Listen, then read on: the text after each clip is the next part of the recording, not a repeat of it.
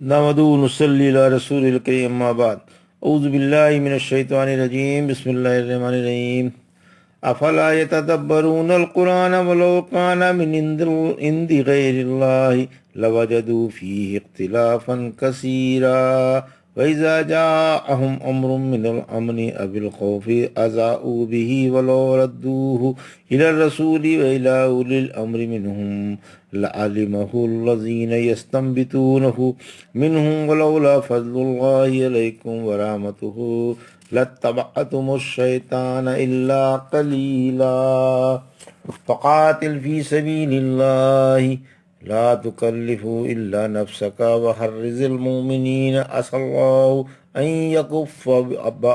يكف بأس الذين كفروا والله أشد بأسا وأشد تنكيلا من يشفع شفاعة حسنة يكن له نصيب منها ومن يشفع شفاعة سيئة يكن له كفل منها وكان الله على كل شيء مقيتا وإذا حييتم بتحية فحيوا بأحسن منها وردوها إن الله كان على كل شيء حسيبا اللہ لا الہ الا هو لیجمعنکم الی یوم القیامت لا ریب فیہ ومن اصدق من اللہ حدیثا۔ سورہ نساء کی ابھی آپ نے آیت 82 سے 87 کی تلاوت سماعت فرمائی۔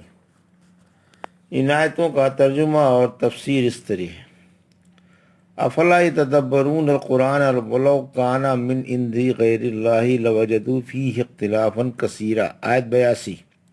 وَإِذَا جَاءَهُمْ أَمْرٌ مِّنَ الْأَمْنِ أَوِ الْخَوْفِ أَذَاعُوا بِهِ وَلَوْ رَدُّوهُ إِلَى الرَّسُولِ وَإِلَى أُولِي الْأَمْرِ مِنْهُمْ لَعَلِمَهُ الَّذِينَ يَسْتَنبِطُونَهُ مِنْهُمْ وَلَوْلَا فَضْلُ اللَّهِ عَلَيْكُمْ وَرَحْمَتُهُ لَاتَّبَعْتُمُ الشَّيْطَانَ إِلَّا قَلِيلًا۔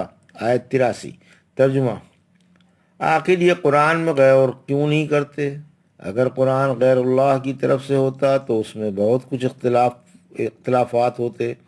جب ان کے پاس کوئی امن یا خوف کی خبر آتی ہے تو اسے پھیلا دیتے ہیں۔ اگر اس کو رسول صلی اللہ علیہ وسلم کی اور اپنے امراء کی طرف لوٹا دیتے تو اسے وہ لوگ جان جاتے جو ان میں سے تحقیق کا مادہ رکھنے والے ہیں، اور اگر تم پر اللہ کا فضل اور اس کی رحمت نہ ہوتی تو تم سب علاوہ تھوڑے لوگوں کے شیطان کی پیروی کرنے لگتے۔ تفسیر: آیت 82۔ قرآن حکیم میں غور و فکر کا حکم، یعنی قرآن میں غور و فکر کریں، قرآن پاک کے محکم معنوں کے سمجھنے سے اور اس کے الفاظ بلیغہ میں غور کرنے سے اعراض نہ کریں، کیونکہ یہ ایسا کلام ہے جس میں اختلاف و تناقض بالکل نہیں ہے۔ یہ مقدس کلام اضطراب و تعارض سے پاک و صاف ہے، کیونکہ یہ اس کے پاس سے اترا ہے جو بڑی حکمت والا اور بالاتفاق زبردست بڑائیوں والا ہے۔ اس میں جو بات ہے لاجواب ہے، بہتر سے بہتر ہے اور حق سے بھرپور ہے۔ سورہ محمد کی آیت 24 میں فرمایا: یہ لوگ قرآن میں کیوں غور نہیں کرتے؟ کیا ان کے دلوں پر تالے ٹھک گئے ہیں؟ قرآن کے کلام باری ہونے کی دلیل۔ پھر فرمایا: اگر یہ غیر اللہ کا کلام ہوتا تو خود تراشیدہ اور گڑھا ہوا ہوتا، جیسا کہ بعض جاہل مشرک کہتے ہیں یا بعض نادان منافقوں کی رائے ہے، تو اس میں اختلاف و تناقض ہوتا، اضطراب و تضاد ہوتا، بہت سی باتیں آپس میں ٹکراتی، کہیں کچھ ہوتا اور کہیں کچھ ہوتا۔ اب چونکہ اختلاف و اضطراب سے یہ کلام پاک ہے، لہٰذا اللہ کا کلام ہے۔ فرمایا سورہ آل عمران کی اس آیت نمبر 7 میں: گہرے علم والوں نے کہا ہم نے اسے مان لیا، سارا قرآن ہمارے رب کی طرف سے ہے، یعنی اس کی محکم اور متشابہ آیتیں سب اللہ ہی کا کلام ہیں۔ اسی وجہ سے ان ماہر علماء نے ان کے متشابہات کو محکمات پر لوٹایا اور صحیح راہ اختیار کی، مگر ٹیڑھے دل والوں نے اس کے محکمات کو متشابہات پر ڈھالا اور گمراہ ہو گئے۔ آیت 83۔ تحقیق سے پہلے کوئی خبر نہ پھیلاؤ، یعنی جب ان کے پاس امن یا خوف کی خبر آتی ہے تو اسے پھیلا دیتے ہیں، یعنی تحقیق سے پہلے کسی خبر کے پھیلانے میں جلدی کرنا ٹھیک نہیں۔ کبھی خبر جھوٹی اور محض اڑائی ہوئی اور افواہ ہوتی ہے۔ رحمت عالم صلی اللہ علیہ وسلم نے فرمایا، انسان کے جھوٹ کے لیے یہی کافی ہے کہ وہ ہر سنی ہوئی خبر کو بلا تحقیق کے بیان کر دے۔ رسول اللہ صلی اللہ علیہ وسلم نے قیل و قال سے منع فرمایا، یعنی جو لوگوں کی باتیں بلا تحقیق و تدبر کے اور غور و فکر کے بیان کرتا ہے اسے منع فرمایا کہ ایسا نہ کرو۔ جس نے کوئی ایسی بات بیان کی جسے وہ جھوٹی سمجھتا ہے وہ بھی جھوٹا ہے۔ جب عمر رضی اللہ عنہ کو یہ خبر ملی کہ نبی صلی اللہ علیہ وسلم نے ازواج مطہرات کو طلاق دے دی ہے تو گھر سے مسجد نبوی میں تشریف لائے۔ لوگ بھی اس بارے میں گفتگو کر رہے تھے۔ آخر نبی صلی اللہ علیہ وسلم سے اجازت لیے بغیر نہ رہے اور آپ سے جا ہی پوچھا، کیا آپ نے عورتوں کو طلاق دے دی ہے؟ فرمایا نہیں۔ کہتے ہیں یہ سن کر میں نے اللہ اکبر کہا، یعنی ہوا کی کیا اڑ رہی ہے اور حقیقت کیا ہے؟ میں نے پوچھا کیا آپ نے انہیں طلاق دے دی؟ فرمایا نہیں۔ آخر میں نے مسجد کے دروازے پر کھڑے ہو کر بلند آواز سے اعلان کر دیا کہ آپ نے ازواج مطہرات کو طلاق نہیں دی، اور یہ آیت اتری، وہ میں ہی تھا جس نے اس ہوائی کی تحقیق کی تھی۔ استنباط کے معنی کسی چیز کو کان سے کھود کر نکالنے کے ہیں، اور مرادی کے معنی تحقیق کرنے کے ہیں۔ فقاتل فی سبیل اللہ لا تکلف الا نفسک وحرض المؤمنین عسى اللہ ان یکف باس الذین کفروا واللہ اشد باسا واشد تنکیلا۔ آیت 84۔ من یشفع شفاعۃ حسنۃ یکن لہ نصیب منہا ومن یشفع شفاعۃ سیئۃ یکن لہ کفل منہا وکان اللہ علی کل شیء مقیتا۔ آیت 85۔ وَإِذَا حُيِّيتُم بِتَحِيَّةٍ فَحَيُّوا بِأَحْسَنَ مِنْهَا أَوْ رُدُّوهَا إِنَّ اللَّهَ كَانَ عَلَى كُلِّ شَيْءٍ حَسِيبًا۔ آیت 86۔ اللہ لا الہ الا هو لَيَجْمَعَنَّكُمْ إِلَى يَوْمِ الْقِيَامَةِ لَا رَيْبَ فِيهِ وَمَنْ أَصْدَقُ مِنَ اللَّهِ حَدِيثًا۔ آیت 87۔ ترجمہ، پس آپ اللہ کی راہ میں جنگ کیجیے، آپ کو اپنی جان ہی کی تکلیف دی جاتی ہے، اور ایمان والوں کو لڑائی کا شوق دلائیے۔ امید ہے کہ اللہ کافروں کی لڑائی کو بند فرما دے، اور اللہ لڑائی میں اور سزا دینے میں بڑا سخت ہے۔ جو نیک بات کی سفارش کرے گا اس میں اس کا بھی حصہ ہوگا، اور جو بری بات کی سفارش کرے گا اس پر بھی بوجھ ہوگا، اور اللہ ہر چیز پر قادر ہے۔ جب تمہیں سلام کیا جائے تو سلام کا اچھا جواب دو یا اسی کو لوٹا دو۔ یاد رکھو اللہ ہر چیز کا حساب لینے والا ہے۔ اللہ کے سوا کوئی حقدار عبادت نہیں۔ وہ ضرور تمہیں قیامت کے دن جس میں کوئی شک نہیں جمع کرے گا، اور باتوں میں اللہ سے بڑھ کر کون سچا ہو سکتا ہے۔ یہ ترجمہ تھا آیت 84 سے 87 کا۔ اب تفسیر۔ آیت 84۔ رحمت عالم صلی اللہ علیہ وسلم کو تنہا جہاد کا حکم۔ رحمت عالم صلی اللہ علیہ وسلم کو حکم ہے کہ آپ بذات خود جنگ کریں، خواہ کوئی آپ کا ساتھ دے یا نہ دے، نہ اس میں آپ پر کوئی الزام ہے۔ آپ اپنا فرض ادا کریں۔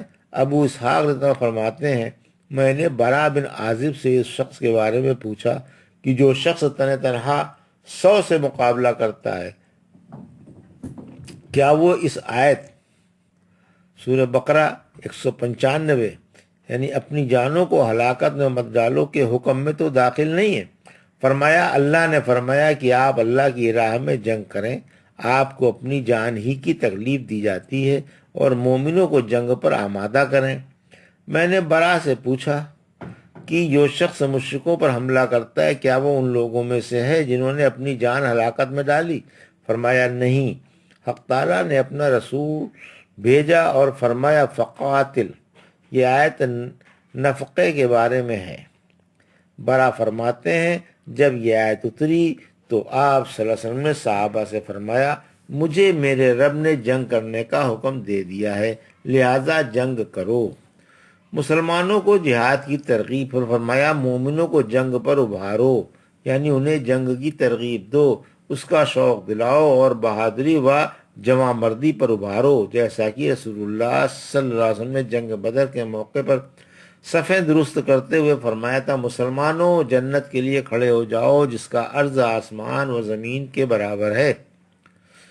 جہاد کی فضیلت رحمت عالم صلی اللہ علیہ وسلم نے فرمایا، جو شخص اللہ اور اس رسول پر ایمان لایا، نماز کا پابند رہا، زکوٰۃ ادا کرتا رہا اور رمضان کے روزے رکھتا رہا، اس کا اللہ پر یہ حق ہے کہ وہ اسے جنت میں داخل فرمائے، خواہ اس نے اللہ کی راہ میں ہجرت کی ہو یا اپنے وطن ہی میں ٹھہرا رہا ہو جہاں پیدا ہوا تھا۔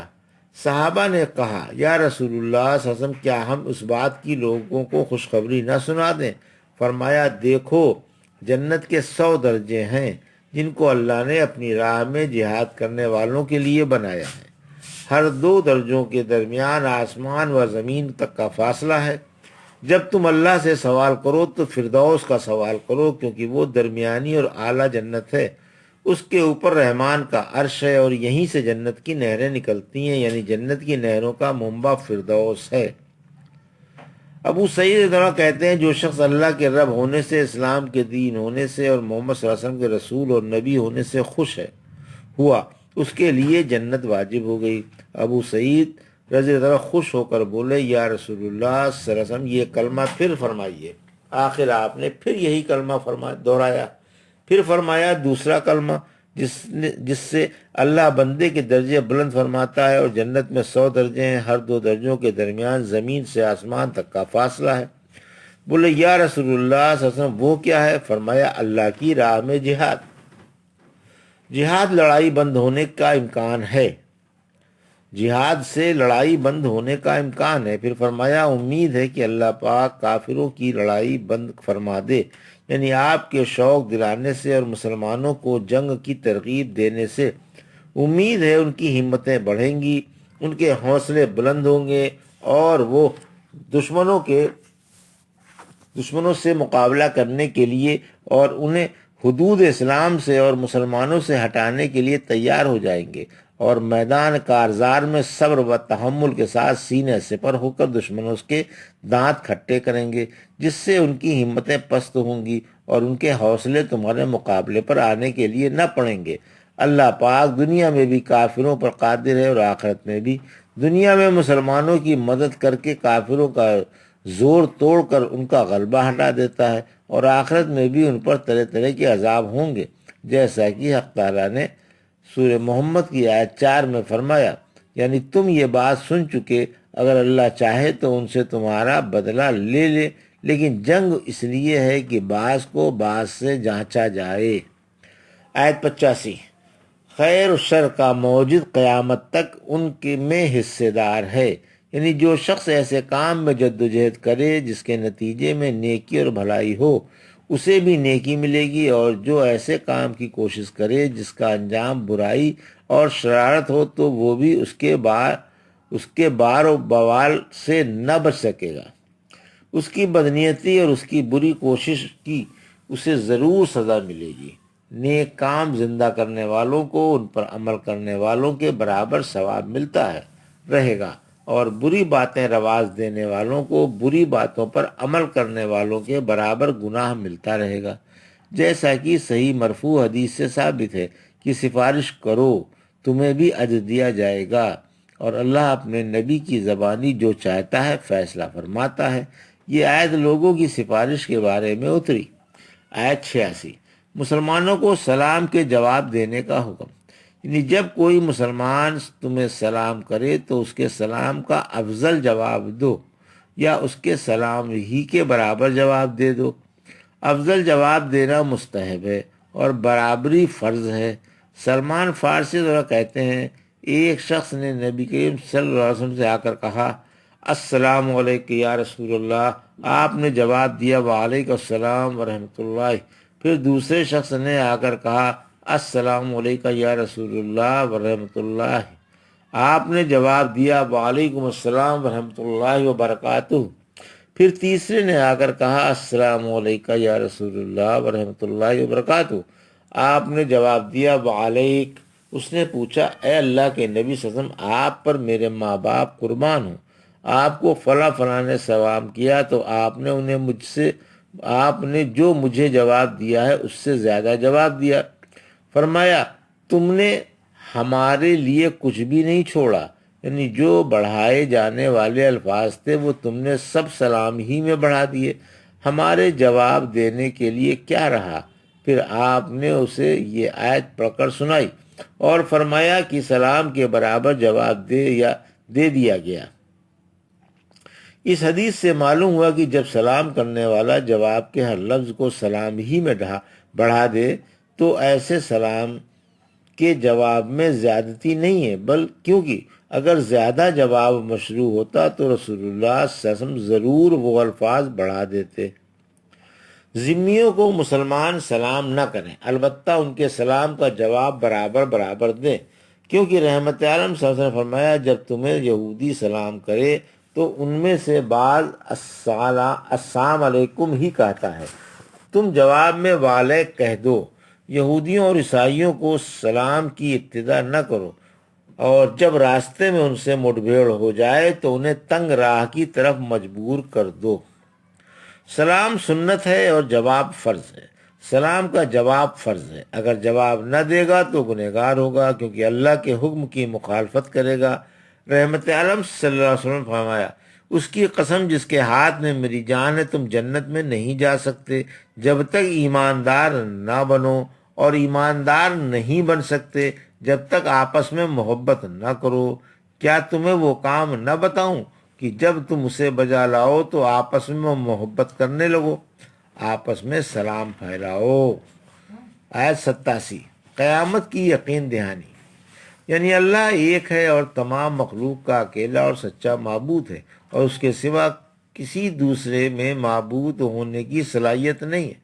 پھر قسم کھا کر یقین دلایا گیا کہ وہ قیامت کے دن تم سب کو جمع کرے گا، یقین مانو قیامت کے آنے میں کوئی شک نہیں، اور ہر شخص کو اس کے عمل کا بدلہ دیا جائے گا۔ پھر فرمایا اللہ اپنی باتوں میں، اپنی خبروں میں، اپنے وعدوں میں اور اپنے ڈراووں میں قطعی سچا ہے، اس سے بڑھ کر کوئی اور سچا ہو ہی نہیں سکتا، لہذا اس کے سوا کوئی حقدار عبادت نہیں اور نہ اس کے سوا کوئی اور رب ہے۔ یہ تھا سورہ نساء کی آیت 82 سے 87 کا ترجمہ اور تفسیر جو ابھی آپ نے سماعت فرمائی۔ بارک اللہ لی ولکم فی القرآن۔